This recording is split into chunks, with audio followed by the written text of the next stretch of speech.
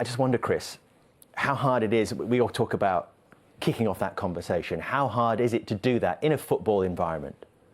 I think it's always been hard because of the type of individuals and the type of game that it is. You know, we've always seen it as a manly game and something that if you have problems, you don't particularly want to open up. I think you don't want to open up, I think, to the players. I think one thing that probably hasn't changed is that, you know, that first line of contact is generally with the manager. And I think that would be exactly the same now as it would have been back in the day. And we've just witnessed, I think, a wonderful interview. And I'm quite sure that for any of those at Mercer that had his problems, is that he would have gone to the manager. So that will always be the first line of contact. The big difference now is that I think there's far more help around the club. We spoke with Graeme earlier about the HR departments at club now that are far bigger than what they were before.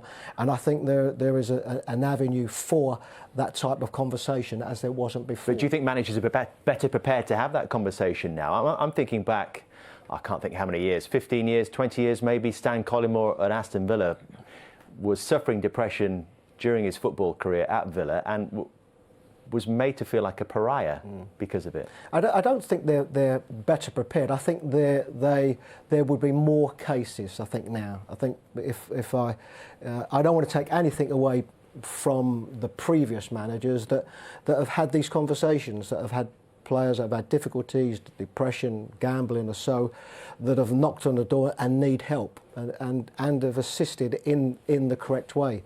But I think now it's far more open. I think there are more players that are prepared to knock on the manager's door, and I think them conversations, I think, can be that little bit easier now.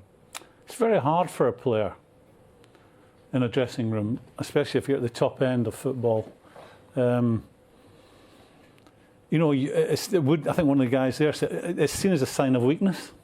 You know, if you say, well, look, I'm struggling because of just the pressures of football, or whether it's gambling or drinking, you'd be scared to talk about it. And, you know, football or footballers are such a role model for so many young kids out there, and men. You know, it'd be great if they were more open about it, and no doubt it is. I think the social media has exaggerated the problem enormously.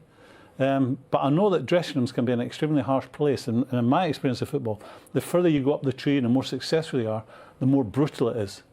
And you'd be seen as not coming up to scratch, someone who is weak and really shouldn't be in this dressing room. If you were saying, oh, I'm struggling with something, I think it would still exist in the top dressing rooms today, and maybe all the way down to the other leagues, where if you came out and you expressed you were struggling with whatever, that would be seen as weak. And that's something. How you get over that, I'm not sure. I think that's something we have to address. You know, I would. In my time at Liverpool as a player, I was so lucky. We had Ronnie Moran, who was after us every day.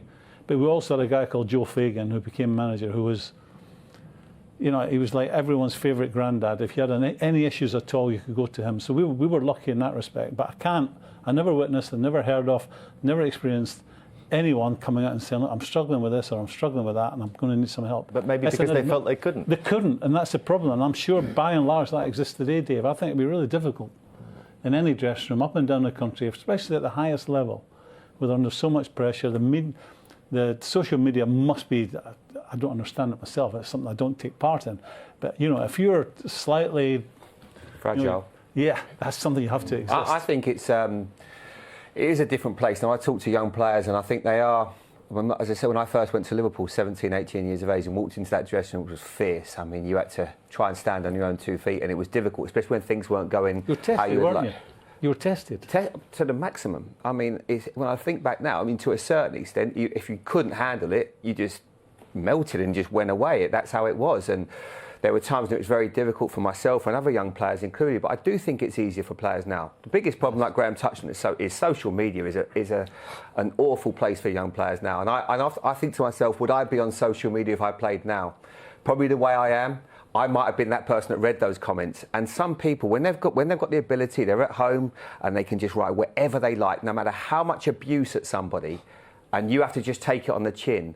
That's very, very difficult. And we've seen a situation where this weekend where a young lady's taken her life, and you think she could just have a little bit more help, and not perhaps had the abuse and people questioning her and levelling abuse that nobody should have to go through.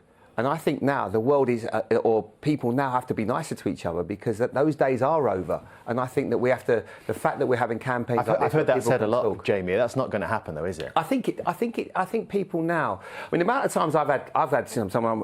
I'm not on Twitter. I couldn't be on Twitter. I think that is. Well, I've had my own experience of it, and absolutely. It can be very unpleasant awful, at times. Awful. Some of the things that I've seen and people just think they have a right to be able to say anything they want to people, and that's not right. It's not correct. You have to imagine a dressing room. We've all been in dressing rooms, many dressing rooms.